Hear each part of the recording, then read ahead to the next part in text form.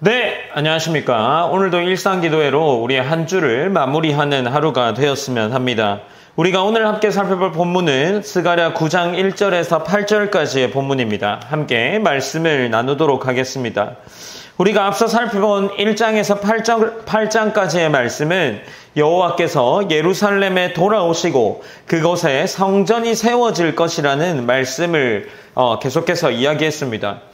이는 곧 예레미야를 통해 선포된 70년의 포로기간이 종결되는 것을 의미하고, 하나님은 훗날 이스라엘 지파의 이 백성들 뿐만 아니라 열방의 백성들이 하나님께로 돌아올 것이라는 말씀들을 하는 것으로 이 선언이 이어지고 스가랴에게 임한 말씀들이 내용이 이어지고 있습니다.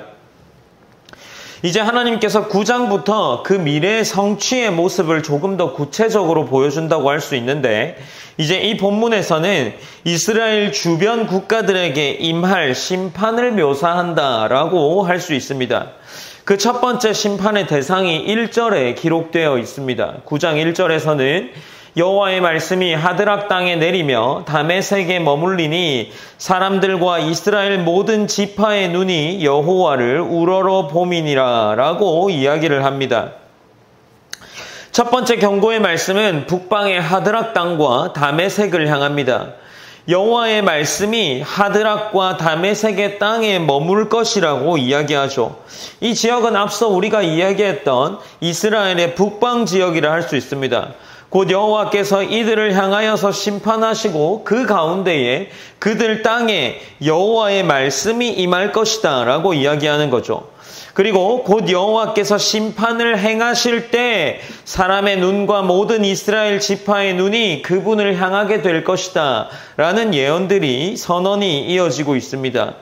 이제 2절에서는 계속해서 그 심판받을 지역을 이야기하는데 2절입니다. 그 접경한 하맛에도 임하겠고 두로와 시돈에도 임하리니 그들이 매우 지혜로움이니라 라고 기록을 하고 있습니다.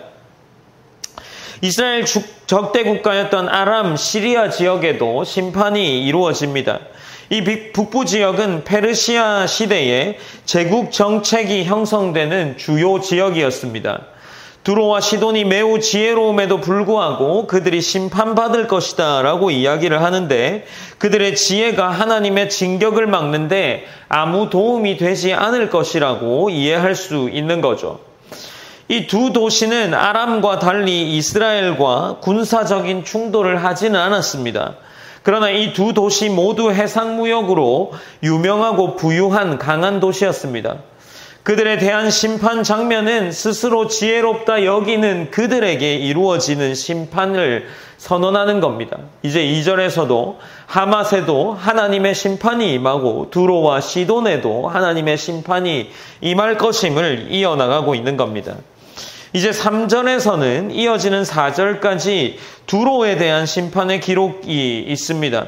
특별히 이 부분에는 3절에서 우리말 성경, 개역개정 성경에서는 이 히브리어 원어를 가지고 언어 유의를 기록한 것을 확인할 수는 없지만, 이 3절과 4절에서는 히브리어 상으로 볼 때 언어 유의를 통해서 이 두로를 조롱하는 것으로 생각할 수 있는 기록들이 나와 있습니다.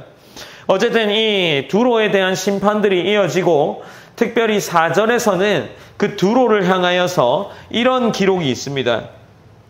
주께서 그를 정복하시며 그의 권세를 바다에 쳐넣으리시리니 그가 불에 삼켜질지라 라고 기록을 하고 있는 겁니다. 이 앞서 나오는 여호와께서 이 땅 가운데 임하시고 열방을 예루살렘으로 보내어 주실 때 이제 이어지는 그들 가운데에는 이 이방 지역에 있던 모든 국가들, 이 이스라엘 예루살렘과 이 시온을 핍박하는 모든 국가들이 하나님 앞에 심판받게 될 것이라는 것이 9절에 기록되어 있다라는 겁니다. 특별히 그렇게 기록하면서 9장 4절에서는 앞서 말한 것처럼 정복하시고 그의 권세를 바다에 쳐넣으시리니 그가 불에 삼켜질 것이다 라고 심판을 선언하는, 강하게 선언하는 내용들이 기록되어 있는 겁니다. 이제 본문은 5절로 이어집니다. 앞서 1절과 4절이 북방 나라들을 향한 심판에 초점이 맞추어졌다면 이제 5절에서 7절까지는 사사시대와 초기 왕정시대의 이스라엘의 주적이었던 블레셋 도시들을 향한 심판에 초점이 맞추어집니다. 이제 5절에서는 블레셋 대표적인 도시들, 즉 아스글론, 가사, 에그론, 아스돗 등이 등장을 합니다. 블레셋은 이스라엘의 역사 속에서 끊임없는 대적이었습니다. 다윗 이전에도 다윗 이후에도 이스라엘과 전투가 빈번하게 반복되었습니다.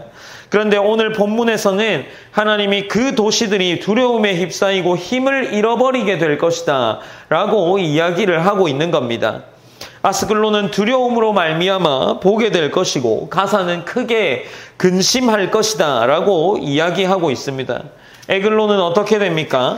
그들의 소망이 사라진 것처럼 낙담하게 될 것이다 라고 기록을 하고 있는 겁니다. 5절에서는 아스글론에 대해서, 에그론에 대해서, 가사에 대해서 이렇게 계속해서 기록해 나가는 겁니다.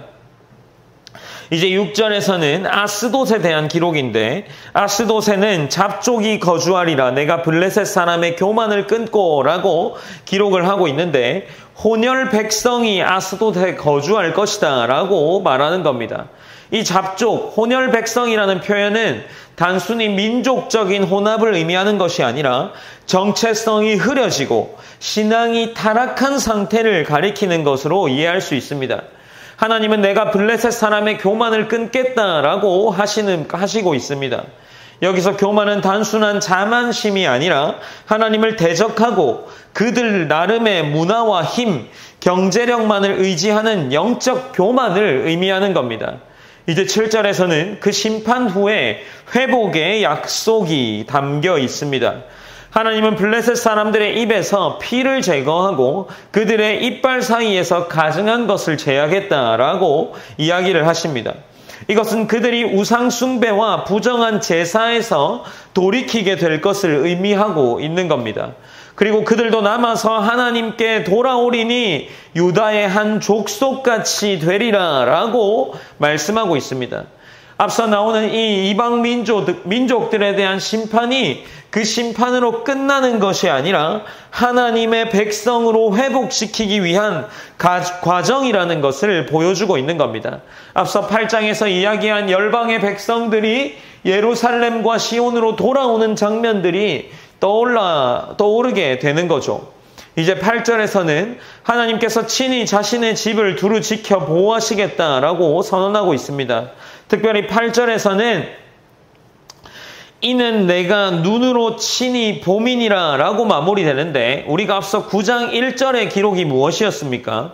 9장 1절에서 여호와께 사람과 모든 이스라엘의 지파의 눈이 향한다 라고 기록되어 있습니다. 그러니 지금 이 모든 사람의 눈과 여호와의 눈이 대응되면서 전체 단락이 마무리되고 있는 겁니다. 8절에서는 포악한 자가 다시는 그 지경으로 지나가지 못하리니 라고 선언하시는데 이는 단순히 물리적인 안전이 아니라 하나님의 임재와 통치 안에서 주어지는 참된 평안을 의미합니다. 이 약속은 바벨론 포로에서 돌아온 당시 이스라엘에게 큰 위로였고 오늘 우리에게도 여전히 유효한 약속입니다. 하나님이 지키시면 어떤 원수도 우리를 건드릴 수 없습니다. 사랑하는 여러분, 오늘 우리는 이 말씀을 통해서 또한 마찬가지로 기도 제목을 나누고자 합니다. 첫 번째로는 하나님이 교만한 자를 반드시 낮추시지만 회개하는 자들을 돌이키기 위함입니다. 곧 앞서 이야기했던 블레셋 족속을 심판하시는 이유는 그들이 다시금 하나님께로 돌아와서 유다의 한 지도자같이 되겠고라는 기록처럼 우리를 돌이키기 위함이다 라고 할 수 있는 거죠. 그러니 우리가 기도하며 나아갔으면 좋겠습니다. 하나님 앞에 교만하지 않고 겸손하며 굴복된 자가 될 수 있기를 원합니다 라고 기도하셨으면 좋겠습니다. 우리가 기억해야 할 것은 우리의 어떤 강함이나 도시적으로 아무리 강한 문화나 힘이 발달했더라도 하나님이 심판하시고자 하시면 무너진다라는 겁니다. 우리가 이것을 기억하고 하나님 앞에 겸손한 자, 굴복된 자로 오늘 하루를 마무리하며 한 주 가운데 주의를 기대하며 나아갈 수 있기 원합니다.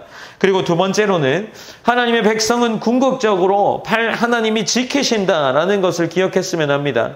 8절에서는 포악한 자가 다시는 그 지경으로 지나가지 못하리니 라고 기록하고 있습니다. 우리 하나님의 백성인 우리는 그 지키심 아래에 살아갑니다. 그러므로 우리가 함께 오늘은 하나님께서 우리를 지키신다는 사실을 믿고 그분께 감사함의 고백을 올려드립시다. 우리가 사는 시대가 혼란스럽고 세상 권세가 거세 보이더라도 하나님의 손안에 있는 우리는 결코 하나님께서 놓아두지 않으십니다. 우리의 삶이 하나님의 지키심 아래에 있다라는 겁니다. 우리가 오늘 하나님 앞에 겸손함과 감사로 하루를 시작하고 또 그 기도를 통해서 하나님께서 주시는 힘으로 말미암아 그리스도의 자녀다운 삶을 살아내는 귀한 하루가 되었으면 좋겠습니다. 제가 기도함으로 오늘 일상기도회를 마무리하겠습니다. 사랑의 하나님 감사합니다. 하나님 우리가 오늘도 일상기도회를 통해서 하루를 시작합니다. 특별히 오늘 한 주를 마무리하는 평일을 마무리하는 금요일입니다.